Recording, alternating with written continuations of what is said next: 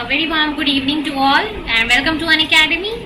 This is our channel Unacademy CSIR Life Sciences and आपका स्वागत है आज के इस क्लास में। और आज की क्लास में हम बात करने वाले हैं वैक्सीन्स के बारे में। ठीक है, सो वैक्सीन्स क्या होते हैं और वैक्सीन्स जो है वो कैसे हमें इम्यूनिटी प्रोवाइड करता है, वैक्सीन का क्या रोल होता है, इम्यूनाइजेशन में कितने टाइप्स के वैक्सीन्स होते हैं, ये सारी चीज़ें हम आज के लेक्चर में पढ़ने वाले हैं।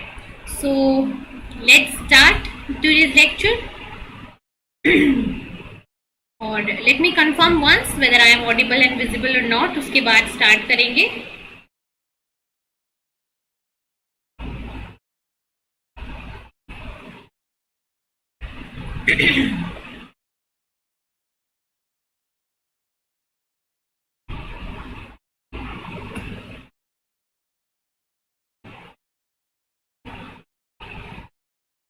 So let me check whether I am audible and visible or not, उसके बाद स्टार्ट करते हैं।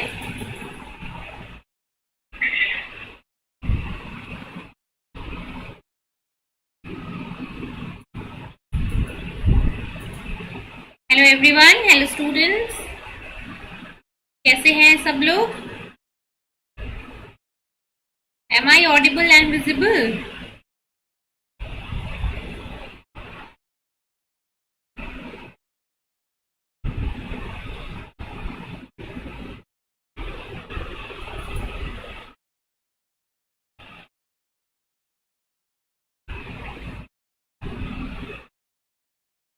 यस, चलिए सो स्टार्ट करते हैं आज के लेक्चर को फटाफट से। वैक्सीन के टाइप, वैक्सीन कैसे इम्यून करते हैं हमें, इन सब चीज़ों के बारे में हम आज के लेक्चर में बात करेंगे। और लेक्चर स्टार्ट करने से पहले let me tell you few important things related to Unacademy.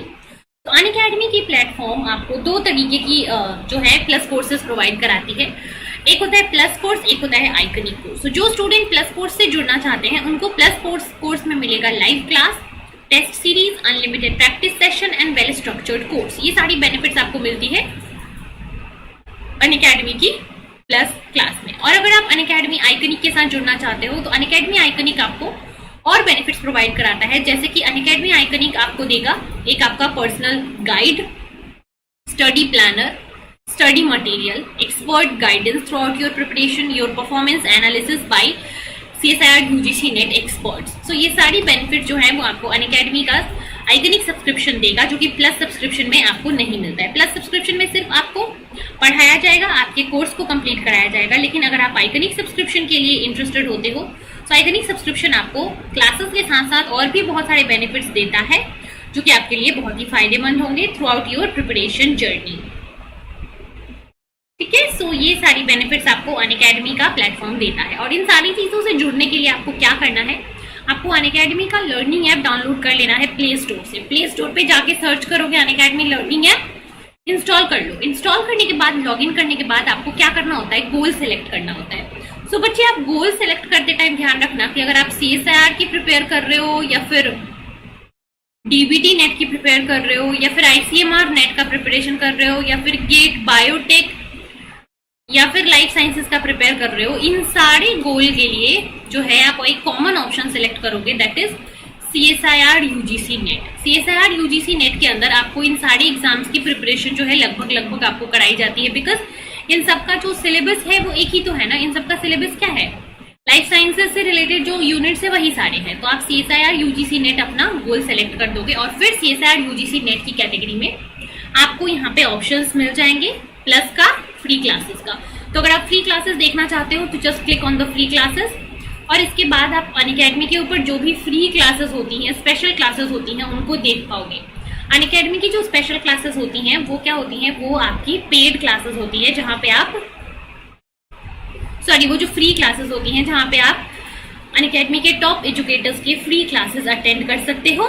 And उसके बाद अगर आपको क्लासेस अच्छी लगती हैं तो फिर आप प्लस सब्सक्रिप्शन के लिए जा सकते हो। और प्लस सब्सक्रिप्शन लेते टाइम ध्यान रखना कि आपके पास 24 मंथ्स, 12 मंथ्स, 6 मंथ्स अलग अलग ऑफर्स होते हैं, अलग अलग प्लान्स होते हैं।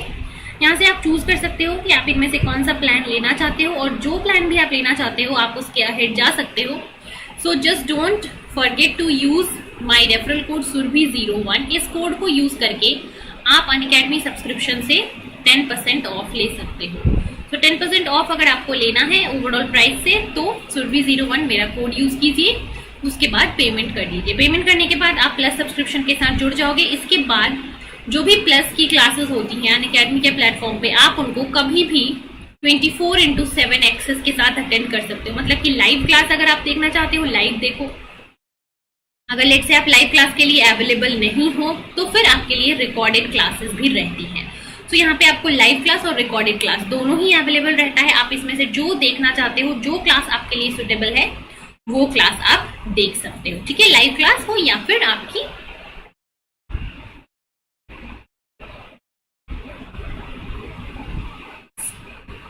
recorded class. So this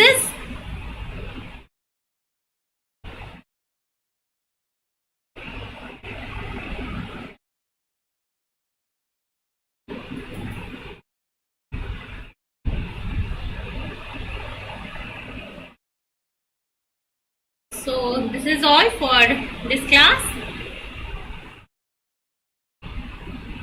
This is all for the general introduction and अगर आप इंटरेस्टेड हो अनअकैडमी की सब्सक्रिप्शन के लिए तो अभी अपना सब्सक्रिप्शन ले सकते हो, क्योंकि अभी अगर आप 6 मंथ का सब्सक्रिप्शन लेते हो तो 6 मंथ के सब्सक्रिप्शन के साथ 2 मंथ का सब्सक्रिप्शन आपको यहाँ पे फ्री में मिल रहा है। अगर आप अभी 12 मंथ का सब्सक्रिप्शन लेते हो तो 12 मंथ के सब्सक्रिप्शन के साथ भी आपको जो है 2 मंथ का सब्सक्रिप्शन फ्री में मिल रहा है। तो ये बहुत अच्छी ऑफर आपके लिए चल रही है। आपको एक 2 मंथ का सब्सक्रिप्शन 6 मंथ के साथ या फिर 2 मंथ का सब्सक्रिप्शन आपको 12 मंथ के साथ जो है वो फ्री में मिल रहा है। सो आप इस ऑफर को अभी अवेल कर सकते हो। तो चलिए अब हम स्टार्ट कर देते हैं अपना लेक्चर फटाफट से। अपना लेक्चर जो कि है वैक्सीन्स के ऊपर। वैक्सीन्स हमें क्या देते हैं? इम्यूनाइजेशन प्रोवाइड करते हैं। तो इसी के ऊपर होने वाला है हमारा आज का लेक्चर।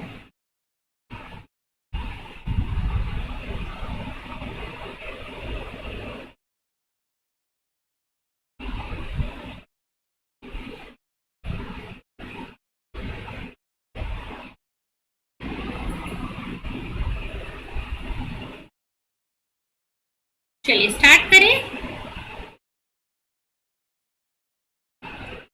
कहाँ हैं सारे बच्चे हमारे? कहाँ गए बच्चे? कहाँ गए सारे हमारे?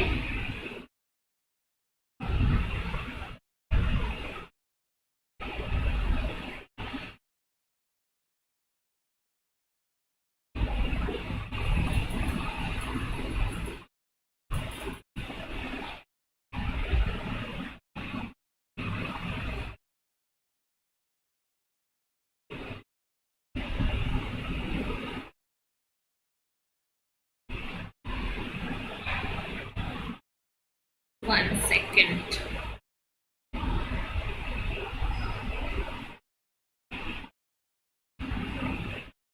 चलिए तो स्टार्ट करते हैं, ठीक है, इस लेक्चर को। सो इम्यूनाइजेशन की हम सबसे पहले बात करेंगे कि वैक्सीन जो है वो हमें इम्यूनिटी प्रोवाइड करते हैं। तो इम्यूनाइजेशन का जो प्रोसेस है वो होता क्या है? So immunization is the process of eliciting a long-lived state of protective immunity against a disease causing pathogen. ठीक है, सो इम्यूनाइजेशन क्या है? इम्यूनाइजेशन हमें बेसिकली क्या करता है? एक लॉन्ग लिव्ड इम्यूनिटी प्रोवाइड करता है against any particular disease causing pathogen. किसी भी पार्टिकुलर पैथोजन के अगेंस्ट हमें लॉन्ग लिव्ड इम्यूनिटी जो है वो इम्यूनाइजेशन प्रोवाइड कराता है। It can be by exposure to a live pathogen or to a dead pathogen followed by the recovery or followed by the activation of our immune system. And the immunization, it can be of 2 types. It can be categorized into 2 broad categories: passive immunization and active immunization. So let's see first about the passive immunization. In passive immunization, the preformed antibodies are transferred to a recipient. Okay? Passive immunisation में क्या होता है? Pre formed antibody, पहले से बनाए हुए जो antibodies हैं, डायरेक्ट एंटीबॉडीज जो हैं वो क्या किए जाते हैं? किसी इंडिविजुअल को दिया जाता है। ठीक है, so this passive immunisation can occur naturally when maternal IgG crosses the placenta to the developing foetus. तो जहां पे भी आप डायरेक्ट एंटीबॉडी को ऐड कर रहे हो, डायरेक्टली एंटीबॉडी प्रोवाइड कर रहे हो, तो वो कौन सा इम्यूनाइजेशन है? पैसिव इम्यूनाइजेशन है। मतलब कि आप जो है ये सिस्टम को पैसिवली करवा रहे हो। जो आपका खुद का इम्यून सिस्टम है वो कुछ काम नहीं कर रहा है। हमारा इम्यून सिस्टम जो है वो कोई एंटीबॉडी नहीं बना रहा है। हम इम्यूनाइज हो रहे हैं, लेकिन किसकी वजह से? एंटीबॉडी जो हमको बाहर से मिल रहा है। तो इसलिए पैसिव इम्यूनाइजेशन के अंदर हमारे खुद के इम्यून सिस्टम का कोई रोल नहीं होता है। यहाँ पे हम बाहर से एंटीबॉडीज जो है वो डायरेक्टली प्रोवाइड करते हैं। एंड दिस पैसिव इम्यूनाइजेशन ये नेचुरली होता है कब, जब फीटस होता है मदर के वूम में। सो फीटस के लिए आईजीजी एंटीबॉडी मदर से फीटस के पास पहुंचता है प्लेसेंटा को क्रॉस करके। तो ये जो पैसिव इम्यूनाइजेशन है जो कि एंटीबॉडी के डायरेक्ट एडमिनिस्ट्रेशन से होता है, ये हमारे बर्थ के टाइम से पहले से ही हमारे अंदर प्रेजेंट रहता है। तो यहाँ पे क्या हुआ, डायरेक्टली एंटीबॉडीज का एडमिनिस्ट्रेशन होता है। यहाँ पे हमारे खुद के इम्यून सिस्टम का कोई भी रोल नहीं होता है। So passive immunisation can be achieved by injecting a recipient with the antibodies, ठीक है, फ्रॉम अ इम्यून इंडिविजुअल। मान लो कि मैं एक इंडिविजुअल हूं और मेरी इम्यून सिस्टम बहुत ही स्ट्रांग है, मैंने कुछ एंटीबॉडीज बनाए अगेंस्ट अ पर्टिकुलर पैथोजन। इस एंटीबॉडी को लेके अगर हम दूसरे इंडिविजुअल में डाल दें जो कि क्या है, इम्यूनो कॉम्प्रोमाइज्ड है, तो ये जो टाइप ऑफ इम्यूनिटी प्रोवाइड करता है उसको हम बोलते हैं पैसिव इम्यूनाइजेशन, जिसमें हमारे खुद के इम्यून सिस्टम ने कोई काम नहीं किया, उसको बस बना बनाया सिस्टम मिल गया, बना बनाया एंटीबॉडीज मिल गया, जिसको यूज करके उसने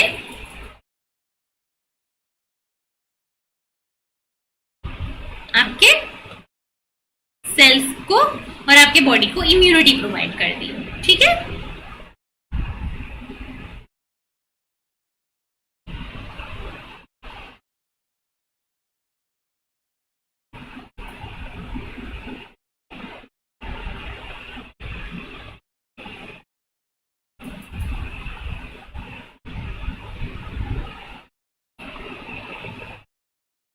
तो ये हो गया हमारा पैसिव इम्यूनाइजेशन, जहां पे हमारे खुद के इम्यून सिस्टम का कोई रोल नहीं होता है। दूसरा हो गया active immunisation. So active immunisation can be achieved bye infection with a micro organism. ठीक है, आइदर नेचुरल इन्फेक्शन, मतलब कि कोई माइक्रो ऑर्गेनिज्म, कोई पैथोजन जो है वो आपको नेचुरली, ठीक है, इन्फेक्ट करे, और वो इन्फेक्शन के बाद आपका इम्यून सिस्टम उस पैथोजन के अगेंस्ट फाइट करके टी सेल को एक्टिवेट करे, टी सेल के बाद बी सेल को एक्टिवेट करे और फाइनली एंटीबॉडीज बनाए। तो ये जो इम्यूनाइजेशन आया जहां पे आपके खुद के टी सेल और बी सेल एक्टिवेट होकर एंटीबॉडीज बनाएंगे, ये होता है एक्टिव इम्यूनाइजेशन। मतलब जहां पे आपके इम्यून सिस्टम खुद पार्टिसिपेट करेंगे, वो होता है आपका active immunisation. So it can be achieved either bye a natural infection, मतलब आपको नेचुरली कोई ऑर्गेनिज्म इन्फेक्ट करे और फिर आप इम्यून हो, या फिर it can be acquired artificially by the administration of a vaccine, या फिर वैक्सीन देकर आपको इम्यून किया जाए, वैक्सीन देकर आपके इम्यून सिस्टम को एक्टिवेट किया जाए ताकि वो एंटीबॉडीज बना के पहले से ही रख ले।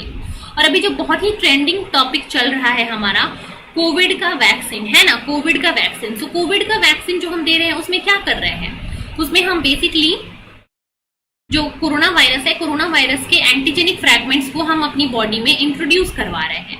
और हमारी बॉडी में जब इसका एंटीजेनिक फ्रैगमेंट इंट्रोड्यूस होगा, तो इस एंटीजेनिक फ्रैगमेंट के अगेंस्ट हमारा बॉडी रिएक्ट करेगा, हमारे B cell T cell activate होंगे अगर हम अच्छे से इम्यून इंडिविजुअल हैं तो, और बी सेल टी सेल जो है एंटीबॉडीज बना देगा, एंटीबॉडीज बना के रखेगा। और अब जब ये कोरोना वायरस हमको इन्फेक्ट करेगा तो ये एंटीबॉडीज या तो हमें इन्फेक्ट ही नहीं होने देंगे, लेकिन अगर हम इन्फेक्ट भी हो गए तो एंटीबॉडीज जो है वो उसको जल्दी ही क्या करेगा, न्यूट्रलाइज कर देगा। इसलिए आपने ये सुना होगा कि अगर किसी को मान लो वैक्सीन लग गया है फिर भी उसके अंदर कोविड पॉजिटिव हो जा रहा है वो इंसान, तो कोविड पॉजिटिव तो हो जा रहा है, लेकिन क्या हो रहा है कि वहां पे सीवियरिटी जो है वो कम है। ऐसा क्यों हो रहा है? ऐसा इसलिए हो रहा है क्योंकि उस इंसान के अंदर ऑलरेडी एंटीबॉडीज बन चुके हैं, लेकिन आपका पैथोजन इन्फेक्ट किया, ठीक है, पैथोजन जो है उसने इन्फेक्ट किया, एंड पैथोजन के इन्फेक्ट करने के बाद आपका बॉडी जो एंटीबॉडीज उसने प्रोड्यूस कर रखा है, उस एंटीबॉडीज को एक्ट कराए इससे पहले you will get positive. But जो सीवियरिटी होगी इस केस में, जब आप ऑलरेडी इम्यून हो, सो यहाँ पे सीवियरिटी जो होगी वो काफी हद तक लो होती है। And this is the main significance of vaccination. तो ये हो गया आपका एक्टिव इम्यूनाइजेशन का कॉन्सेप्ट, जहां पे क्या होता है, हम अपने सिस्टम के इम्यून सेल्स को एक्टिवेट करते हैं। हमारा इम्यून सेल्स जो है वो एक्टिवली पार्टिसिपेट करता है, एंड एक्टिवली पार्टिसिपेट करने के बाद उसके टी सेल्स और बी सेल्स एक्टिवेट होते हैं, जिसके बाद एंटीबॉडीज का फॉर्मेशन होता है। तो जब हमारा बॉडी, हमारा इम्यून सेल खुद एंटीबॉडीज बनाएगा तो वो होगा एक्टिव इम्यूनाइजेशन। जब हम एंटीबॉडी कहीं बाहर के सोर्स से लेंगे तो वो होगा passive immunisation. right? So in active immunization, the immune system play an active role where the proliferation of T cell and B cell will happen, and after their proliferation they will differentiate to form active T cell and active B cell, which will make either antibodies or which will make the protective memory cells. So इस तरीके से आपका active immunisation जो है वो long term immunity provide करता है हमको, बट पैसिव इम्यूनाइजेशन जो है वो शॉर्ट टर्म के लिए होता है. So this is about the passive immunization and active immunization. So is it clear everyone?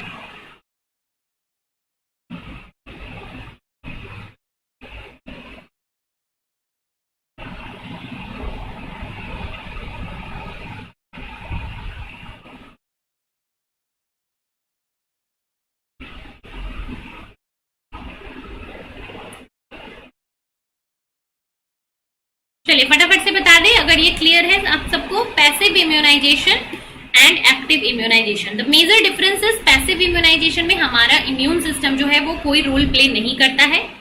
ये मेनली इम्यूनो कॉम्प्रोमाइज्ड इंडिविजुअल्स के लिए होता है. और जो एक्टिव इम्यूनाइजेशन है वो मेनली हमारे बॉडी के इम्यून सेल्स को एक्टिवेट करता है, right? So passive and active immunisation.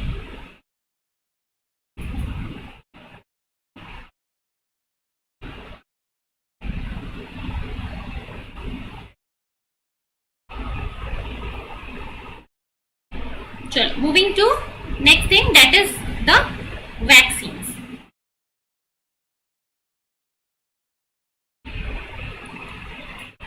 Vaccines क्या होते हैं देखते हैं.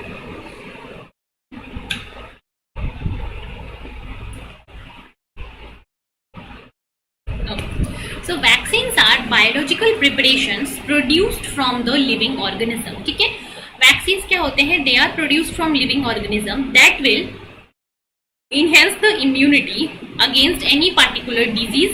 ठीक है, and different type of vaccines होते हैं, जैसे कि देखते हैं कौन कौन से होते हैं, इनको अभी डिटेल में देखेंगे. सो live attenuated vaccine, inactivated vaccine, recombinant subunit vaccine, toxoid और कॉन्जुगेटेड पॉलीसेकेराइड प्रोटीन वैक्सीन. ठीक है, ये डिफरेंट डिफरेंट तरीके के वैक्सीन्स होते हैं. इसमें पहला कैटेगरी हम देखें live attenuated. Live attenuated vaccines जो होते हैं इसको हम डिटेल में पढ़ेंगे. ये यूजुअली मीजल्स, मम्स, रूबेला इन सब के लिए कॉमनली जो है यूज किया जाता है. इनएक्टिवेटेड होते हैं like for hepatitis, influenza. Recombinant vaccine भी यूज किया जाता है हेपेटाइटिस बी के लिए. टॉक्सॉइड भी यूज किया जाता है टेटनस और डिप्थेरिया के लिए. Then comes the conjugate vaccine, ये भी आपके न्यूमोकोकल, मेनिंजोकोकल के लिए और हिमोफिलस इन्फ्लुएंजा के लिए यूज होता है. अब इनमें से एक एक कैटेगरी को हम डिटेल में देखते हैं. आ जाइए, सबसे पहले बात करते हैं लाइव एटेन्यूएटेड वैक्सीन की. सो लाइव एटेन्यूएटेड वैक्सीन क्या होता है? Microorganism can be attenuated or disabled so that they lose their ability to cause significant disease. ठीक है, माइक्रो ऑर्गेनिज्म के पास क्या होता है? माइक्रो ऑर्गेनिज्म को क्या किया जाएगा? इट कैन बी एटेन्यूएटेड, मतलब इसको क्या किया जाएगा? चेंज कर दिया जाएगा, इसको डिसेबल कर दिया जाएगा, so that they can not cause any diseases. उसकी पैथोजेनिसिटी जो है, जो फैक्टर्स उसके डिजीज कॉज करने के लिए रिस्पॉन्सिबल है, उस फैक्टर को क्या किया जाएगा? एटेन्यूएट कर दिया जाएगा, उस फैक्टर को डिसेबल कर दिया जाएगा. But retain their capacity for their transient growth when inside the host. तो उसकी डिजीज करने की पोटेंशियल को तो डिसेबल कर दिया जाएगा, लेकिन वो होस्ट के अंदर सर्वाइव करके मल्टीप्लाई कर सके और इम्यून सिस्टम को एक्टिवेट कर सके, वो फैक्टर उसके लिए, वो कैपेसिटी उसके अंदर क्या करेगा? रिटेन करेगा. सो पैथोजेनिसिटी को एलिमिनेट कर दिया जाएगा, बट उसकी ग्रोथ कैपेसिटी को रिटेन किया जाएगा ताकि वो हमारे इम्यून सिस्टम को एक्टिवेट कर सके. तो ये होता है लाइव एटेन्यूएटेड वैक्सीन. मतलब ऑर्गेनिज्म लाइव है, वो ग्रो कर रहा है, वो मल्टीप्लाई कर रहा है, लेकिन it is attenuated with its pathogenicity. इसकी पैथोजेनिसिटी को हटा दिया गया है, लेकिन ऑर्गेनिज्म जो है अभी भी लाइव है, जो कि आपके बॉडी में जाके ग्रो करेगा, मल्टीप्लाई करेगा और हमारे इम्यून सिस्टम को एक्टिवेट करेगा. So the first vaccine used for this type is for the disease cowpox, for the cowpox virus. ठीक है, that provides immunity to smallpox.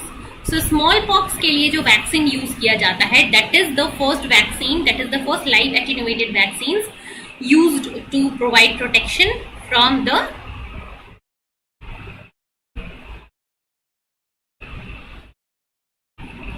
smallpox. Is this clear? Live attenuated vaccine क्या होता है, इनका basic जो structure है, इसका basic क्या होता है, ये जानना आपको जरूरी है एक लाइन में डेफिनेशन के फॉर्म में. So let me know if it is clear.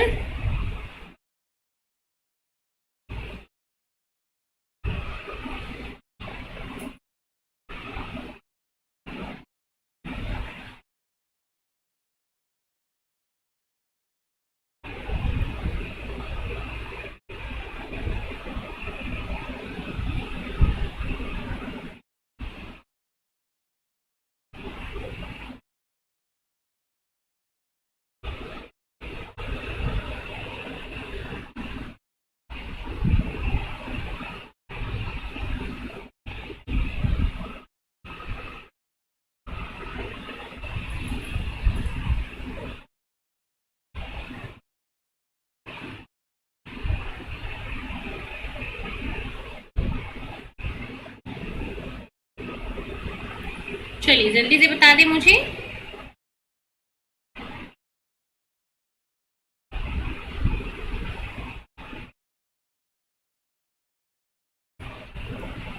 Live attenuated vaccine. अब हम चलते हैं दूसरी कैटेगरी ऑफ वैक्सीन की तरफ, दैट इज द इनएक्टिवेटेड और किल्ड वैक्सीन. तो यहाँ पे क्या होगा, the pathogen is treated with either a chemical और इट इज हीट किल्ड. ठीक है, killing making it incapable of replication. इसमें रेप्लिकेशन नहीं होगा अगर हम किल्ड वैक्सीन दे रहे हैं, but it allowed to induce the immune response because at least some of the antigenic fragments will be there in the intact form even after heat killing. तो organism को आप heat kill करके या फिर chemical treatment करके मार दोगे ताकि वो रेप्लिकेट ना कर पाए, लेकिन किल करने के बाद भी उसमें कुछ एंटीजेनिक फ्रैगमेंट्स रह जाएंगे जो कि हम होस्ट सेल के अंदर इंड्यूस करेंगे, होस्ट सेल के अंदर इंजेक्ट करेंगे, और ये एंटीजेनिक फ्रैगमेंट जो है वो इम्यून रिस्पॉन्स को क्या करेगा, इंड्यूस करवा देगा. So it is very important to maintain the structure of epitope on the surface of the antigen during inactivation. तो इनएक्टिवेशन के टाइम पे जब हम किलिंग करते हैं, सो किलिंग के टाइम पे ये ध्यान देना चाहिए, ये ध्यान रखना चाहिए कि जो किलिंग हो वो जो बैक्टीरियल या फिर कोई भी पैथोजन के एपिटोप्स हो, उनके एपिटोप्स के स्ट्रक्चर को डिस्टर्ब ना करे. तो एपिटोप के स्ट्रक्चर को अगर डिस्टर्ब ना करे, इस चीज के ऊपर अगर हम बात करें, so it is important to maintain the structure of epitope. ठीक है, it is important to maintain the structure of epitope on the surface antigens during the inactivation process. So heat inactivation is often unsatisfactory because it causes extensive denaturation of protein. So जब heat killing की जाती है तो usually जब high temperature पे क्या होता है, तो सारे के सारे जो प्रोटीन एपिटोप्स एंटीजेंस होते हैं वो डीनेचर कर जाते हैं. इसलिए यूजुअली जो है केमिकल ट्रीटमेंट हम देकर आपके पैथोजन को किल करते हैं और उसके बाद उसको इनएक्टिवेटेड फॉर्म में हम वैक्सीनेशन के लिए यूज करते हैं.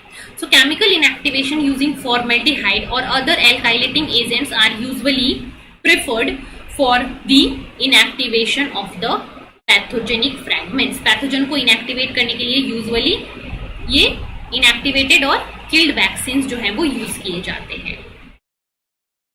Next is the polio vaccine is produced by the formaldehyde inactivation. ठीक है, जो पोलियो वायरस के लिए वैक्सीन यूज किया जाता है उसमें क्या करते हैं, पोलियो वायरस को, लाइव पोलियो वायरस को फॉर्मेल्डिहाइड से ट्रीट करके उसको इनएक्टिवेट कर देते हैं, उसको किल कर देते हैं और उसके बाद उसको हम बॉडी में इंजेक्ट करवाते हैं, बॉडी में एडमिनिस्ट्रेट करवाते हैं, ताकि पोलियो वायरस जो है वो बॉडी में एंटर तो करे लेकिन वो डिजीज कॉज ना करे, वो रेप्लिकेट ना करे. रेप्लिकेट नहीं करेगा बिकॉज वो इनएक्टिवेट हो चुका है.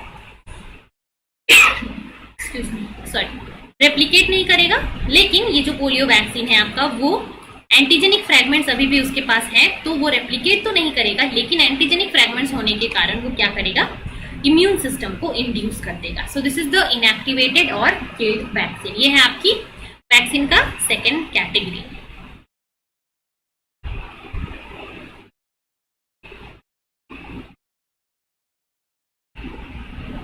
ठीक है,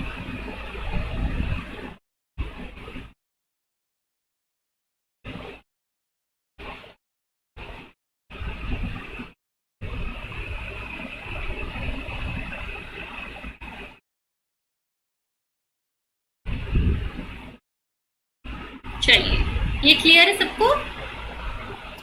why no one is responding? M I not Audible? M I not visible? क्या प्रॉब्लम है?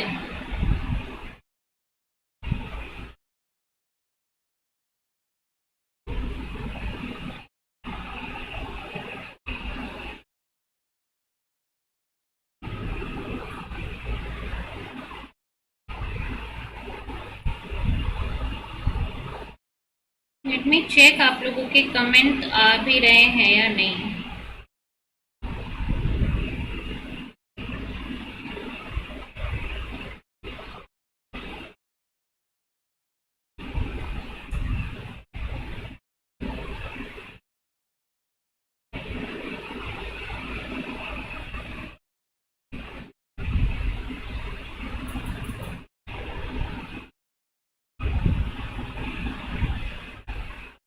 What happened? Am I not audible? क्या मेरी वीडियो लाइव नहीं है क्या? क्या प्रॉब्लम है?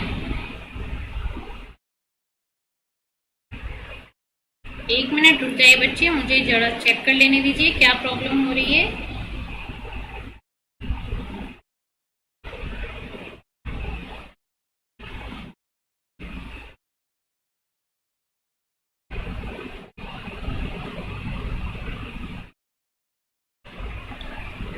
ठीक है, सो ये हो गया आपका इनएक्टिवेटेड और किल्ड वैक्सीन। ठीक है, आगे बात करते हैं थर्ड। अच्छा, किल्ड के लिए और भी पॉइंट है। सो किल्ड वैक्सीन के लिए हम अगर चीज देखें तो किल्ड वैक्सीन जो है क्या कर रहा है, ये रेप्लिकेट नहीं कर रहा है अंदर जाके, क्योंकि ये सिर्फ और सिर्फ एक पार्टिकल है। ठीक है, सिर्फ और सिर्फ एक फ्रैगमेंट है, पूरा का पूरा ऑर्गेनिज्म नहीं है, तो ये रेप्लिकेट नहीं कर पाएगा। तो ये जाके कुछ देर के लिए आपके इम्यून सिस्टम को स्ट्रॉन्ग करेगा, लेकिन इसका इफेक्ट जो है वो काफी हद तक कम रहेगा। ठीक है, काफी हद तक इसका इफेक्ट जो है वो कम रहेगा। So killed vaccines often required repeated booster doses to achieve a protective immune status. ठीक है, अगर हम किल्ड वैक्सीन्स की बात करें, so killed vaccines बिकॉज क्या करते हैं, वो आपको आपके बॉडी में जाके रेप्लिकेट नहीं होते हैं, तो इसलिए वो for a very long short time आपके बॉडी को इम्यून प्रोवाइड करते हैं, इम्यूनिटी देते हैं, और उसको लॉन्ग और हाई लेवल पे एक्टिवेट नहीं कर पाते हैं। इसलिए किल्ड वैक्सीन अगर हम देते हैं तो usually it require booster doses. Booster मतलब एक डोज के बाद additional doses it requires to achieve a protective immunity as they do not replicate in the host. इसलिए आपने देखा होगा जो पोलियो वायरस होता है, क्या होता है, ये एटेन्यूएटेड वायरस होता है। तो पोलियो वायरस जो है वो 0 से 5 साल के बच्चे को दिया जाता है मल्टीपल टाइम्स। क्यों? क्योंकि ये एक एटेन्यूएटेड वायरस है, और एटेन्यूएटेड वायरस को अगर हमें फुल इम्यूनिटी चाहिए, सो हमें उसका बूस्टर डोज बार बार डोज देना पड़ेगा, ताकि हमारा बी सेल और टी सेल दोनों एक्टिवेट हो पाए। Right, so killed vaccines typically induce predominantly humoral antibody response and are less effective for inducing the cell mediated immunity. तो जो पहली इम्यूनिटी थी हमारी इनएक्टिवेटेड वाली, जो एटेन्यूएटेड वाली, उसमें हम लाइव ऑर्गेनिज्म देते हैं। तो लाइव दे रहे हैं जो कि अंदर जाके रेप्लिकेट कर रहा है, तो ये humoral as well as cell mediated दोनों इम्यूनिटी को क्या करेगा, एक्टिवेट करेगा। लेकिन जब हम हीट किल्ड वैक्सीन देते हैं तो ये बिकॉज रेप्लिकेट नहीं करता है, तो ये सिर्फ और सिर्फ हमारे ह्यूमोरल इम्यूनिटी को एक्टिवेट करेगा, सेल मेडिएटेड को नहीं करेगा। ठीक है, तो अगर हम इफेक्टिवनेस के बेसिस पे बात करें तो एटेन्यूएटेड वाला ज्यादा इफेक्टिव है, but the main factor is safety concern. So because safety concern ज्यादा हमारा मेन इशू है, और safety of inactivated vaccine is very very higher than live attenuated. Because live attenuated के कभी कभी केस में क्या होता है कि लाइव एटेन्यूएटेड के केस में कभी कभी चांसेस होते हैं कि there can be reversal of pathogenicity. Organism अपनी पैथोजेनिसिटी को वापस से रीगेन भी कर सकता है किसी टाइम, और इम्यूनिटी प्रोवाइड करने के अगेंस्ट वो इन्फेक्शन ही कर देगा। सो इस चीज से बचने के लिए यूजुअली जो है हीट इनएक्टिवेटेड या फिर केमिकली इनएक्टिवेटेड वैक्सीन को ज्यादा प्रेफर्ड किया जाता है as compare to the live attenuated vaccine. ठीक है,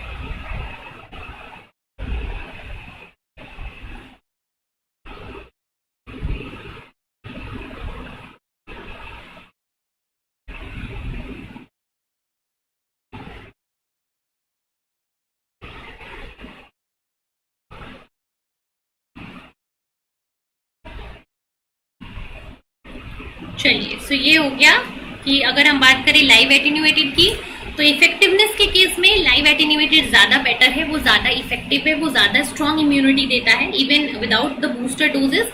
बट अगर हम एक्टिविटी की बात, बट अगर हम सेफ्टी की बात करें तो सेफ्टी के बेसिस पे लाइव एटेन्यूएटेड जो है वो लेस सेफ है और इनएक्टिवेटेड वाला जो है वो ज्यादा सेफ है, क्योंकि वो कभी भी हमें डिजीज नहीं दे सकता है। लेकिन जो लाइव एटेन्यूएटेड वाला है वो रिवर्सल हो सकता है, रिवर्सल के कारण वो हमें वापस से इन्फेक्ट कर सकते हैं, ठीक है, डिजीज कर सकते हैं, राइट।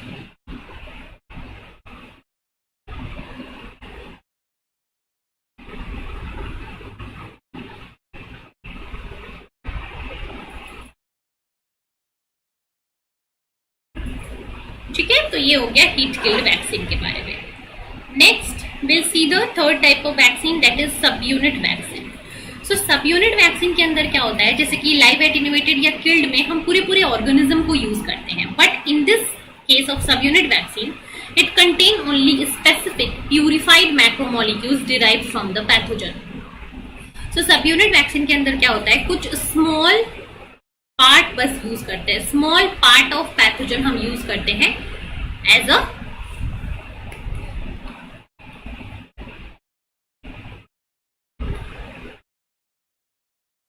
vaccine.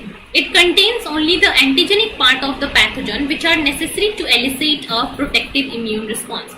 Usually जो most antigenic fragment होता है आपके किसी भी पैथोजन का, उस antigenic fragment को हम as a vaccine use करते हैं।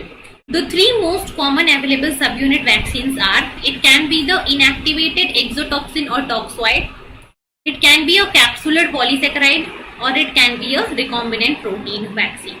सो सब यूनिट जो है अलग अलग तरीके के होते हैं, जैसे कि किसी ऑर्गेनिज्म का कोई टॉक्सिन प्रोडक्ट है उसको इनएक्टिवेट करके हम यूज कर सकते हैं जो कि एंटीजेनिक होगा, जिसको हम इनएक्टिवेटेड एक्सोटॉक्सिन या फिर टॉक्सॉइड कहते हैं। दूसरे केस में हम बहुत सारे पैथोजन के सरफेस के ऊपर कैप्सूल लेयर होता है, सो कैप्सुलर पॉलीसेकेराइड को हम यूज कर सकते हैं, सरफेस ग्लाइकोप्रोटीन को यूज कर सकते हैं as a antigenic fragment. Then बहुत सारे केस में हम रिकॉम्बिनेंट प्रोटीन्स बना सकते हैं, and these recombinant proteins are again, these recombinant proteins जो होते हैं वो स्पेसिफिक एंटीजेनिक फ्रैगमेंट्स होते हैं आपके अलग अलग पैथोजन के, और उसको भी एज अ वैक्सीन हम यूज कर सकते हैं। सो इनएक्टिवेटेड एक्सोटॉक्सिन, कैप्सुलर पॉलीसेकेराइड और ग्लाइकोप्रोटीन और रिकॉम्बिनेंट प्रोटीन एज एंटीजन, इन तीनों को हम एज अ सब यूनिट वैक्सीन यूज करते हैं, और ये तीनों ही हमें समवॉट इम्यूनिटी प्रोवाइड करती है। सबसे पहले बात करें टॉक्सॉइड की। सो टॉक्सॉइड वैक्सीन क्या होते हैं, सम बैक्टीरिया, कुछ बैक्टीरिया यूजुअली जो ग्राम नेगेटिव बैक्टीरिया होते हैं, they produce diseases in the body, वो बॉडी में डिजीज करते हैं। कैसे, वो बॉडी के अंदर जाके कुछ एक्सोटॉक्सिन्स रिलीज करते हैं, ठीक है, एक्सोटॉक्सिन्स रिलीज करते हैं, these exotoxins will harm the host organism. तो क्या किया जाता है, इस एक्सोटॉक्सिन को आइसोलेट करके इसको इनएक्टिवेट कर दिया जाता है, ठीक है, इसको इनएक्टिवेट कर दिया गया केमिकल ट्रीटमेंट से या फिर हीट ट्रीटमेंट से, तो ये अब जाके डिजीज नहीं कॉज करेगा। लेकिन ये एक्सोटॉक्सिन जो है वो क्या होता है, एंटीजेनिक होता है, ठीक है, एंटीजेनिक होता है, तो एंटीजेनिक है। So toxoid vaccines are inactivated endotoxin, exotoxin, these exotoxins are treated either with heat और केमिकल टू इनएक्टिवेट देम, और इनएक्टिवेट करने के बाद उसको बॉडी में एडमिनिस्ट्रेट किया जाता है, तो वो अब डिजीज तो नहीं करेगा, बट वो एक्सोटॉक्सिन क्या है, वो एक्सोटॉक्सिन जो है वो एंटीजेनिक है, और एंटीजेनिक है तो वो इम्यून सिस्टम को स्टिमुलेट करेगा। So this make them unable to cause the disease, but it can stimulate the body to produce antitoxoid antibodies, ठीक है, ये आपके इम्यून सिस्टम को एक्टिवेट कर पाएंगे बट डिजीज नहीं कर पाएंगे, और इम्यून सिस्टम एक्टिव होके उस टॉक्सॉइड की अगेंस्ट एंटीटॉक्सॉइड और एंटीबॉडीज बनाएगा, ठीक है, जो कि फर्दर आपको अगर इन्फेक्शन होगा तो उसको एलिमिनेट कर देगा। तो टॉक्सॉइड वैक्सीन जो है वो यूजुअली जो है कॉमनली यूज किए जाते हैं टेटनस, डिप्थेरिया जो है इनके पॉजिटिव एजेंट को ट्रीट करने के लिए। सो टेटनस और डिप्थेरिया डिजीज को ट्रीट करने के लिए, डिजीज से प्रोटेक्शन के लिए हम टॉक्सॉइड वैक्सीन को यूज करते हैं। Is this clear? Toxoid vaccine क्या होता है, सब यूनिट वैक्सीन का ये एक पार्ट होता है। किसका पार्ट होता है? सब यूनिट वैक्सीन का। So I hope it is clear to everybody.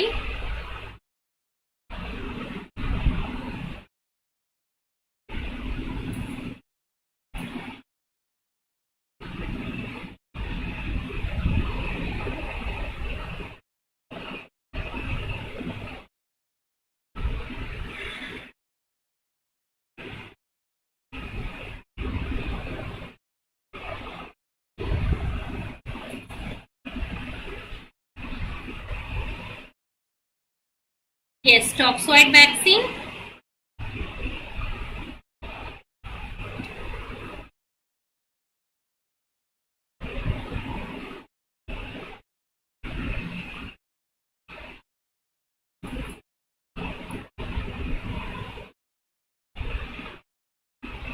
हाँ जी बच्चे, no one is replying again. चलिए, क्लियर है टॉक्सॉइड वैक्सीन सबको? तो बढ़ते हैं आगे हम। नेक्स्ट देखते हैं क्या है। नेक्स्ट वैक्सीन में क्या है? नेक्स्ट है आपका capsular polysaccharide which is also a part of your subunit vaccine. So the virulence of some pathogenic bacteria depend primarily on the different antiphagocytic properties of their capsular polysaccharide. तो किसी किसी bacteria pathogen के ऊपर क्या होता है, एक outer capsule layer होता है जो कि उसको पैथोजेनिक प्रॉपर्टी प्रोवाइड करता है, जो कि उसको क्या करता है, फैगोसाइट से प्रोटेक्शन प्रोवाइड करता है, ठीक है, फैगोसाइटोसिस से, और वो होता है polysaccharide capsule. So coating the capsule with antibodies और with complement will greatly increase the availability of macrophages and neutrophil to phagocytize them, ठीक है। तो अगर हम कैप्सूल पॉलीसेकेराइड कैप्सूल को यूज करें एज ए एंटीजेनिक फ्रेगमेंट और इसके अगेंस्ट अगर एंटीबॉडीज बन जाए तो वो जाके बैक्टीरिया के सरफेस के ऊपर बाइंड कर जाएगा एंटीबॉडीज कैप्सुलर पॉलीसेकेराइड से, और जब एंटीबॉडीज यहाँ जाके बाइंड करेगा सो इस एंटीबॉडी बाइंड बैक्टीरियल सेल को आपका न्यूट्रोफिल मैक्रोफाजेस रिकॉग्नाइज करेगा और इसको इनगल्फ करके एलिमिनेट कर देगा। So by using these capsular polysaccharide as antigenic fragment और उसके अगेंस्ट एंटीबॉडीज बनवा के हम उन सारे ऑर्गेनिज्म को एलिमिनेट करवा सकते हैं।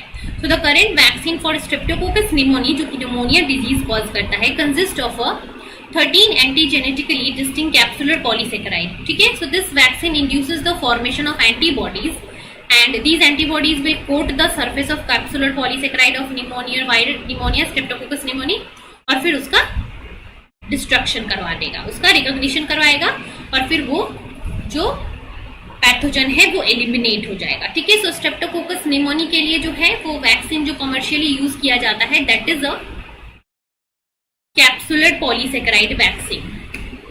The vaccine for Nigeria meningitis, जो कि मेनिंजाइटिस डिजीज कॉज करता है, bacterial meningitis, also consist of a purified capsular polysaccharide. So capsular polysaccharide जो है वो स्ट्रेप्टोकोकस निमोनी और नाइजेरिया मेनिंजाइटिस के लिए हम यूज करते हैं एज अ वैक्सीन एजेंट, ठीक है, जो कि किसका टाइप है, एक कैप्सुलर वैक्सीन का टाइप है।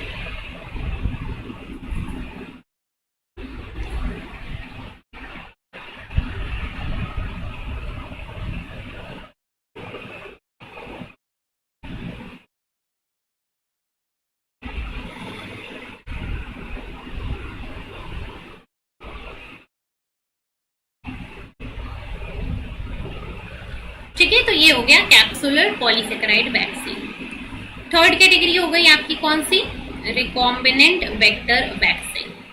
इससे पहले की दो कैटेगरीज तो क्लियर होंगे सबको आई होप, एंडोटॉक्सिन और कैप्सुलर पॉलीसेकेराइड। ये दोनों क्या है, ये दोनों आपके कैप्सुलर पॉलीसेकेराइड और आपका जो टॉक्सॉइड है ये दोनों ही आपके सब यूनिट वैक्सीन है। और सब यूनिट वैक्सीन का थर्ड टाइप है वो है recombinant vector vaccine. So let's see this live attenuated vaccine prolong antigen delivery and encourage cell mediated responses, ठीक है। अब अगर बात करें हम यहाँ पे देखो कि लाइव एटेन्यूएटेड वाला जो है वो लाइव रहता है इसलिए रेप्लिकेट कर सकता है और प्रोलॉन्ग टाइम तक एंटीजन स्टिमुलेशन दे सकता है जिसके कारण लॉन्ग टर्म तक इम्यूनिटी आपको मिल सकती है। लेकिन यहाँ पे प्रॉब्लम क्या है, that the reversion of pathogen, ठीक है, पैथोजन जो है हो सकता है कभी कभी रिवर्ट बैक करके आपको डिजीज ही कर दे। So this can be a not very useful thing to use as a vaccine. So then recombinant vectors will maintain the advantage of live attenuated vaccine while avoided its major disadvantage. So इसमें हम क्या करते हैं, individual genes that encode the key antigen of the virulence pathogen, it can be introduced in a attenuated virus or bacteria, ठीक है। एक attenuated virus और bacteria हम लेंगे जिसको हम एज अ कैरियर यूज करेंगे, जिसके पास कोई डिजीज करने की पोटेंशियल नहीं होगी, और उसमें हम क्या करेंगे, स्पेसिफिक जीन जो कि हमारे पैथोजन का है वो इंट्रोड्यूस कर देंगे। Now this attenuated organism which is a career, it act as a vector और हम इसको होस्ट में इंट्रोड्यूस करेंगे। Now inside the host it will replicate with in the host, and जब ये रेप्लिकेट करेगा, एक्सप्रेस होगा, तो ये एंटीजन जो है इसका प्रोटीन बनेगा, और ये जो प्रोटीन है वो as a foreign protein recognise होगा, जो कि हमारे इम्यून सेल्स को एक्टिवेट करेगा, एंटीबॉडीज बनाएगा। बट यहाँ पे ये जो हम कैरियर वायरस या बैक्टीरिया यूज कर रहे हैं, ये बिल्कुल भी पैथोजेनिक नहीं है, इसका पैथोजेनिक जीन हमने एलिमिनेट कर दिया है। सो वो पैथोजन जो है वो रिवर्ट बैक भी नहीं करेगा और कंटिन्यूअसली रेप्लिकेट करता रहेगा, ताकि प्रोलॉन्ग टाइम तक एंटीजेनिक स्टिमुलेशन मिले।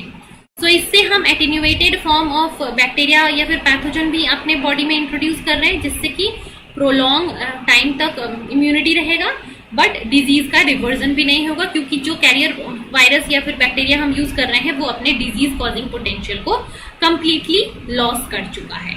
सो ये हम क्या करते हैं, रिकॉम्बिनेंट वेक्टर वैक्सीन बनाते हैं, जहां पे हम एक वेक्टर बनाते हैं जिसमें हम एंटीजेनिक फ्रैगमेंट को इंट्रोड्यूस करके और उस वेक्टर को ही होस्ट सेल के अंदर इन्फेक्ट कर देते हैं। ठीक है, तो ये हो गया आपका रिकॉम्बिनेंट वेक्टर वैक्सीन। ये हो गया recombinant vector vaccine.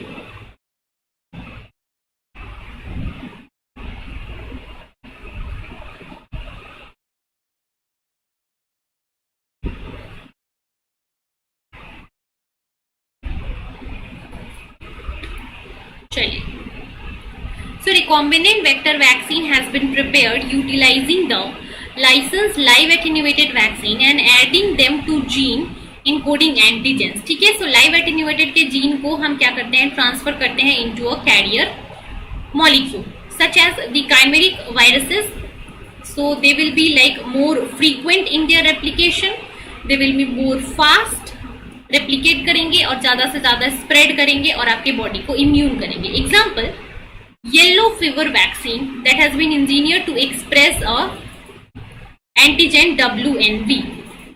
So number of organisms have been used as a vector in such preparations such as Vaccinia virus, Canary pox virus, attenuated polio virus, adenovirus, ठीक है। Then attenuated strains of bacteria like Salmonella, like Mycobacterium, and certain strains of Streptococcus, they will also be used as a carrier, जिसको use करके हम क्या कर सकते हैं, different antigenic fragments को अपनी बॉडी में इंट्रोड्यूस कर सकते हैं और उसके अगेंस्ट इम्यूनिटी प्रोवाइड कर सकते हैं। So this is about the recombinant vector vaccine, जहां पे आप क्या करते हो, एक रिकॉम्बिनेंट वेक्टर मॉलिक्यूल यूज करते हो। मान लो ये रिकॉम्बिनेंट वेक्टर है, इसमें हम अपने जो भी हमारा ऑर्गेनिज्म है जिसके अगेंस्ट हमको इम्यूनिटी चाहिए, उसका जीन इंट्रोड्यूस करके फिर इस वेक्टर को हम बॉडी में इन्फेक्ट कर देते हैं। तो ये बॉडी में जाएगा, मल्टीप्लाई करेगा, रेप्लिकेट करेगा, बट डिजीज नहीं करेगा, और एक्सप्रेस करके इस प्रोटीन के अगेंस्ट एंटीबॉडीज बनवाएगा। तो ये हो गया हमारा recombinant vector vaccine.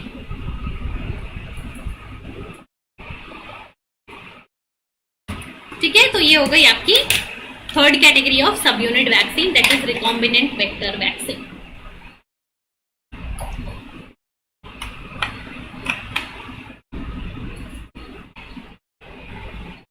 Sorry, it is not a part of सब unit vaccine. Subunit vaccine के आपके दो टाइप थे, एक हो गया टॉक्सॉइड, एक हो गया कैप्सुलर पॉलीसेकेराइड। सो एक ये कैटेगरी है जहां पे हम रिकॉम्बिनेंट वेक्टर वैक्सीन यूज करते हैं, सिमिलर टू लाइव एटेन्यूएटेड।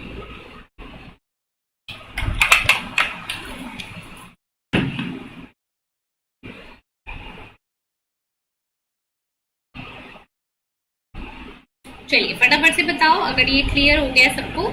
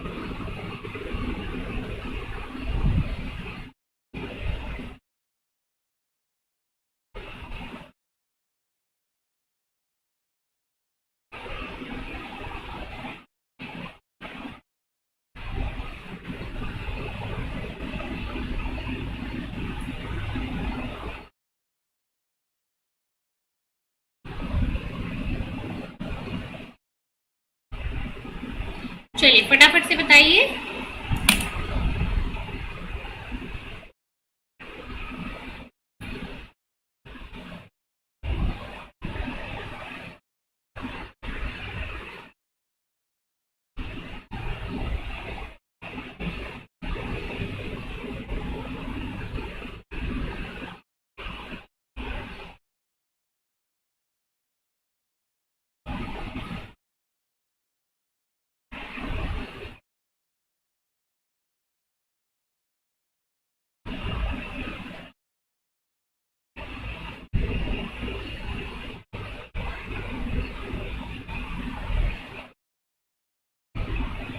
ठीक है, चलिए आगे बढ़ेंगे अब।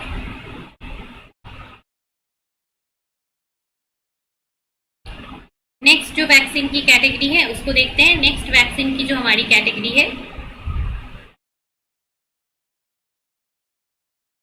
Yes, recombinant vector vaccine is not so clear. Recombinant vector vaccine clear नहीं है।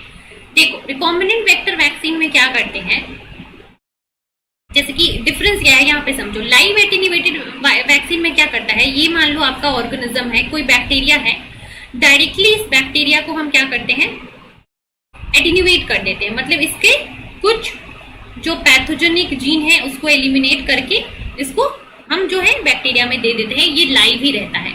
तो कभी कभी ये जो पैथोजेनिक जीन है जिसको हमने इनएक्टिव किया है, ये एक्टिव हो जाता है और एक्टिव करके डिजीज कॉज करने लगता है। इसलिए लाइव एटेन्यूएटेड वायरस के डिसएडवांटेजेस होते हैं। अब दूसरी केस में हम क्या करते हैं, रिकॉम्बिनेंट वेक्टर वैक्सीन में हम क्या करते हैं कि एक हम कैरियर वेक्टर यूज करते हैं। ठीक है, ये वेक्टर जो है वो डिफरेंट टाइप ऑफ वायरसेस को हम यूज कर सकते हैं। ठीक है, बट उस वायरस को हम क्या करेंगे, पूरी तरीके से डिसआर्म्ड कर देते हैं। पूरी तरीके से डिसआर्म कर देते हैं, मतलब उसके जीन को हम रिमूव कर देते हैं। ठीक है, इनएक्टिव नहीं करते हैं, उसके जीन को हम रिमूव ही कर देते हैं। मान लो यहाँ पे एक जीन है, इसका जीन, इसको हमने क्या किया, रिमूव कर दिया। और इस जीन को रिमूव करने के बाद यहाँ पे जो प्लेस आया, इसको हम किसी, मान लो हमें कोई एक जैसे डिजीज हो गया, डिप्थेरिया मान लो, तो डिप्थेरिया से हमें प्रोटेक्शन चाहिए, तो हमें जो डिप्थेरिया वायरस, डिप्थेरिया बैक्टीरिया है, उसका एक स्पेसिफिक एंटीजेनिक जीन लेके हम इस कैरियर वायरस में इंजेक्ट कर देंगे। तो ये हमारा वायरस जो है वो डिसआर्म्ड है, जिसमें खुद के एंटीजेनिक जीन जो है, खुद के जो पैथोजेनिक जीन है उनको हटा दिए गए हैं और उसको रिप्लेस कर दिया गया है डिप्थेरिया बैक्टीरिया के जीन से। और अब इस वायरस को, जो कि क्या है, जो कि एक वेक्टर की तरह काम करेगा, इसको हम होस्ट सेल में इंट्रोड्यूस कर देंगे। और जब हम इसको होस्ट सेल में इंट्रोड्यूस कर देंगे तो होस्ट सेल में जाने के बाद ये जो वायरस है, बिकॉज वो क्या है, लाइव है बट डिसआर्म्ड है, तो वो अंदर जाके मल्टीप्लाई करेगा। मल्टीप्लाई करने के बाद क्या करेगा, वो इन सारे जीन को एक्सप्रेस करेगा। एक्सप्रेस करने के बाद ये जो हमने एक्सटर्नल जीन इंजेक्ट किया है, ये जीन ट्रांसक्राइब होगा, ट्रांसलेट होगा, और जो प्रोटीन बनाएगा वो प्रोटीन एंटीजेनिक फ्रेगमेंट की तरह यूज होके उसके अगेंस्ट हमारा इम्यून सिस्टम जो है क्या बनाएगा, एंटीबॉडीज बना लेगा। ठीक है, so individual genes that encode की antigens, especially the virulent pathogen, it can be introduced into the attenuated virus or bacteria. ठीक है, so the attenuated organism will serve as a vector that will replicate within the host. ठीक है, host के अंदर replicate करेगा और protein को express करेगा, जो कि पैथोजन के प्रोटीन होंगे जिसके अगेंस्ट आपका एंटीबॉडी बनेगा। But most of these vectors, organism that will serve as a vectors, इसके जीनोम जो है, उसके जीनोम से जो genes that will cause the disease are missing, so reversion potential is not there in the vector vaccine. ठीक है, तो ये है आपका रिकॉम्बिनेंट वेक्टर वैक्सीन। अभी क्लियर है? अभी क्या आपको रिकॉम्बिनेंट वेक्टर वैक्सीन क्लियर है बच्चे?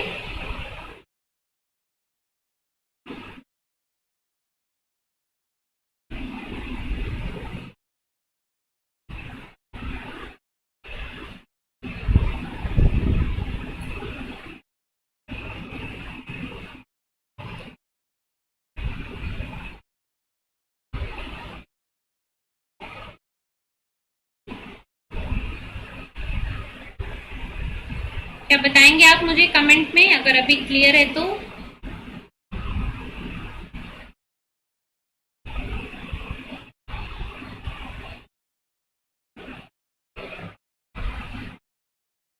सो नेक्स्ट वैक्सीन जो है इसको देखते हैं डीएनए वैक्सीन।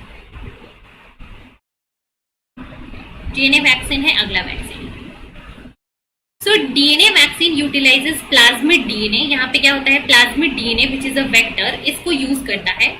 एंड इस प्लाज्मिड डीएनए के अंदर क्या होगा, एंटीजेनिक प्रोटीन्स के जीन को हम ट्रांसफर कर देंगे। So antigenic proteins that are injected directly into the muscle of the recipient. So यहाँ पे हम एक प्लाज्मिड वेक्टर लेंगे। वेक्टर में हम क्या करेंगे, किसी भी पैथोजन का जिसके अगेंस्ट हमें इम्यूनिटी चाहिए उसके एंटीजन प्रोटीन को लेके उस वेक्टर के अंदर डाल देंगे basically. So this strategy relies on the host cell to take up the DNA and produce the protein in vivo. So bacteria के जो ये प्लाज्मिड है वो प्लाज्मिड आपने होस्ट सेल के अंदर इंट्रोड्यूस कर दिया। अब ये होस्ट सेल इस प्लाज्मिड को लेके इस प्लाज्मिड के जीन को एक्सप्रेस करेगा तो ही जाके हमें इम्यूनिटी मिल पाएगी, ठीक है। Thus directing the antigen through the endogenous MHC class 1 pathway and helping the better response of our immunity. तो ये पैथोजेनिक जो ये एंटीजेनिक जीन कैरिंग प्लाज्मिड है वो हमारी बॉडी में जाके एंटर करे सेल में एंटर करने के बाद ये एक्सप्रेस होने के बाद ये एंटीजेनिक प्रोटीन बने। ये एंटीजेनिक प्रोटीन जो है वो प्रोसेस होने के बाद इसका प्रेजेंटेशन हो, फिर हमारे T cell B cell activate हो, तब जाके हमें इम्यूनिटी मिल पाएगी, ठीक है। तो सबसे पहले तो डीएनए वैक्सीन का इंट्रोडक्शन ही बहुत बड़ा प्रॉब्लम है कि ये हम यूकैरियोटिक होस्ट सेल में डायरेक्ट डीएनए को इंट्रोड्यूस कर पाए, यही बहुत बड़ी प्रॉब्लम होती है। तो the DNA appears either to integrate into the chromosomal DNA और it will be maintained in the individual form for long period in the episomal form, ठीक है। सो हम डायरेक्टली क्या करेंगे, इस डीएनए वैक्सीन को इंट्रोड्यूस अगर किया जाता है तो इंट्रोड्यूस किया जाता है डायरेक्टली मसल्स के अंदर। मसल्स में जाके आइदर ये जो वैक्सीन है वो जीनोम में इंटीग्रेट कर जाएंगे आपके सेल के, या फिर एपिसोम के फॉर्म में एग्जिस्ट करेंगे।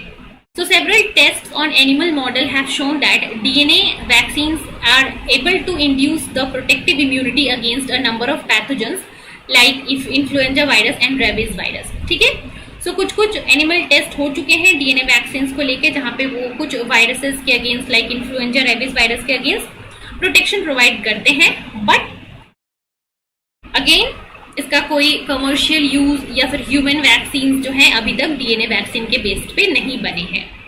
The addition of follow booster shot with protein antigen can further enhance the immune response from the DNA vaccine, ठीक है। तो बूस्टर डोजेस से हम कर सकते हैं, लेकिन वही बात है कि अभी तक इसके लिए कोई भी वैक्सीन नहीं बना है, बट इसके एडवांटेजेस बहुत हो सकते हैं। एडवांटेजेस ऑफ डीएनए वैक्सीन क्या हो सकता है, since the encoded protein is exposed in the host in its natural form there is no denaturation. आप यहाँ पे क्या कर रहे हो, आप डायरेक्ट प्लाज्मिड इंसर्ट कर रहे हो और ये प्लाज्मिड एक्सप्रेस होके प्रोटीन डायरेक्ट आपके सेल के अंदर बनाएगा। सो प्रोटीन का डीनेचुरेशन या मॉडिफिकेशन यहाँ पे नहीं होगा। सो एग्जैक्ट एंटीजन जो है वो एक्सपोज्ड होगा। The immune response is directed to the antigen exactly it is expressed by a pathogen, ठीक है। तो यहाँ पे डायरेक्टली एंटीजेनिक फ्रैगमेंट को प्रोसेस किया जाएगा माइक्रोफाजेस के थ्रू, फिर रिप्रेजेंटेशन होगा on the antigen presenting cell, जिसके कारण both humoral and cell mediated immunity activate हो जाएगा। No refrigeration of plasmid DNA is required, ठीक है। तो लॉन्ग टर्म स्टोरेज जो है आप आराम से कर सकते हो इन डीएनए वैक्सीन का। So the same plasmid vector can be customised to insert DNA encoding from a variety of protein. मतलब एक ही वेक्टर में आप बार बार क्या कर सकते हो, अलग अलग जीन ऑफ इंसर्ट देकर उसको अलग अलग ऑर्गेनिज्म के लिए मॉडिफाई कर सकते हो। So this way variety of DNA vaccines can be made and it will save your time, it will save your money, ठीक है। So human trials are under way with several different DNA viruses for malaria, HIV and influenza virus, Ebola virus and herpes virus, ठीक है। And also these DNA vaccines they are being aimed to also be used for cancer therapy, but there are currently no licensed human DNA vaccines. अभी तक कोई भी human के use में DNA vaccine नहीं है, लेकिन there are some vaccines that are used for animals on a commercial level, but human के लिए कोई भी डीएनए वैक्सीन जो है वो अभी तक यूज नहीं किया गया है, अप्रूव नहीं हुआ है। सो आई होप वैक्सीन जो है, वैक्सीन का लेक्चर आज का आपको क्लियर हुआ होगा। अगर क्लियर हुआ लेक्चर सबको मुझे बताओ एक बार कमेंट में। सो बेसिकली आज के लेक्चर में हमने वैक्सीन के बारे में देखी सारी चीजें, कितने तरीके की वैक्सीन होती हैं। ठीक है, वैक्सीन सबसे पहले क्या होता है। वैक्सीन आपको जो है, सबसे पहले हमने देखा इम्यूनाइजेशन क्या होता है। इम्यूनाइजेशन में पैसिव होता है और इम्यूनाइजेशन में एक्टिव होता है ना। पैसिव इम्यूनाइजेशन होता है और एक्टिव इम्यूनाइजेशन होता है। ठीक है, पैसिव और एक्टिव इम्यूनाइजेशन होने के साथ साथ पैसिव में डायरेक्टली एंटीबॉडी इंट्रोड्यूस करते हैं और एक्टिव में हम जो है वो पैथोजन का फ्रैगमेंट एंटीजन इंट्रोड्यूस कराते हैं। उसके बाद हमने डिफरेंट टाइप्स देखे। टाइप्स में हमने देखा live attenuated, then heat killed, then हमने देखा subunit vaccine. Subunit vaccine में there is a toxoid, there are capsular polysaccharide. Then हमने देखा रिकॉम्बिनेंट वेक्टर वैक्सीन। उसके बाद हमने देखा डीएनए वैक्सीन। सो ये सारे अलग अलग तरीके के वैक्सीन होते हैं, सबके अपने अपने एडवांटेजेस होते हैं, सबके अपने अपने डिसएडवांटेजेस होते हैं, है ना। राइट, सबके अपने अपने डिसएडवांटेजेस और एडवांटेजेस होते हैं।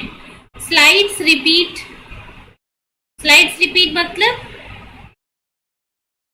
क्या आपको स्लाइड्स देखने हैं? क्या करना है बच्चा? कौन सी स्लाइड्स? आज जो कड़े उसकी स्लाइड्स देखनी है आपको। Ajit, can you tell me what you want?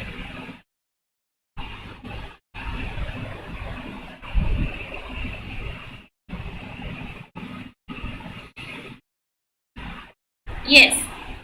तो अगर ये लेक्चर अच्छा लगा और वैक्सीन का लेक्चर आपको समझ में आया तो वीडियो को फटाफट से लाइक कर देना। विदाउट जो है लाइक किए हुए जाना नहीं है। जो बच्चा भी क्लास देख रहा है तो वीडियो को लाइक कर दो फटाफट से और चैनल को शेयर कर दो, वीडियो को भी शेयर कर दो। और अगर आप मेरी क्लास अटेंड करना चाहते हो अनअकैडमी के ऊपर, तो अनअकैडमी के ऊपर आप CSIR UGC नेट की कैटेगरी में मेरी क्लास को फॉलो कर सकते हो। मैं CSIR UGC की कैटेगरी में आपके लिए लेती हूँ लाइव क्लासेस। सो आपको चाहिए स्लाइड्स। स्लाइड्स चाहिए किसको? चलो देख लो स्लाइड्स। जिसको भी स्लाइड्स चाहिए मैं आपको स्लाइड्स दिखा देती हूँ। चलो, तो ये था हमारा फर्स्ट स्लाइड। ठीक है, ये था फर्स्ट स्लाइड, देख लो। अगर आपको इमेज लेना है, स्क्रीनशॉट लेना है, जो भी लेना है, you can take.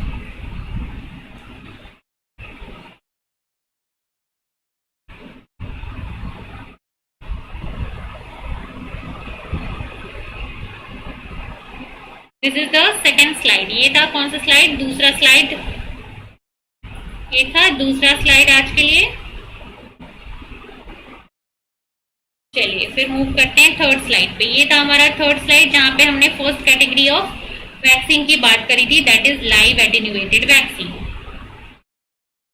Then the fourth slide जहां पे हमने सेकेंड कैटेगरी की बात की थी, दैट इज द इनएक्टिवेटेड और हीट किल्ड वैक्सीन।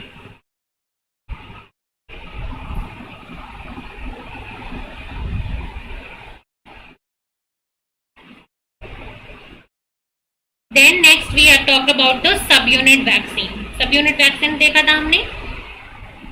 उसके बाद सबयूनिट के टाइप, जिसमें कि टॉक्सोइड वैक्सीन था और कैप्सुलर पॉलीसेकेराइड था, ये दोनों थे, राइट। इसके बाद हमने देखा था रिकॉम्बिनेंट वेक्टर वैक्सीन,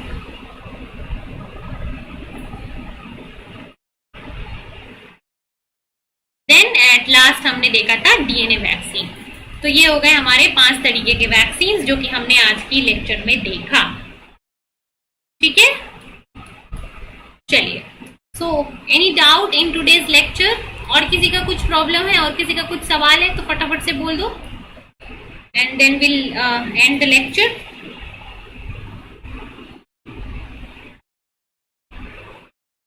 यस, आया सबको समझ में? अगर आज का लेक्चर समझ में आया, आज का लेक्चर अच्छा लगा तो मुझे कमेंट में जरूर बताना। ठीक है, कमेंट में मुझे जरूर बताना कि आपको आज का जो लेक्चर है वो जो है आपको क्लियर हुआ, आपको समझ में आया वैक्सीन, वो चीज़ मुझे कमेंट में ज़रूर बताना।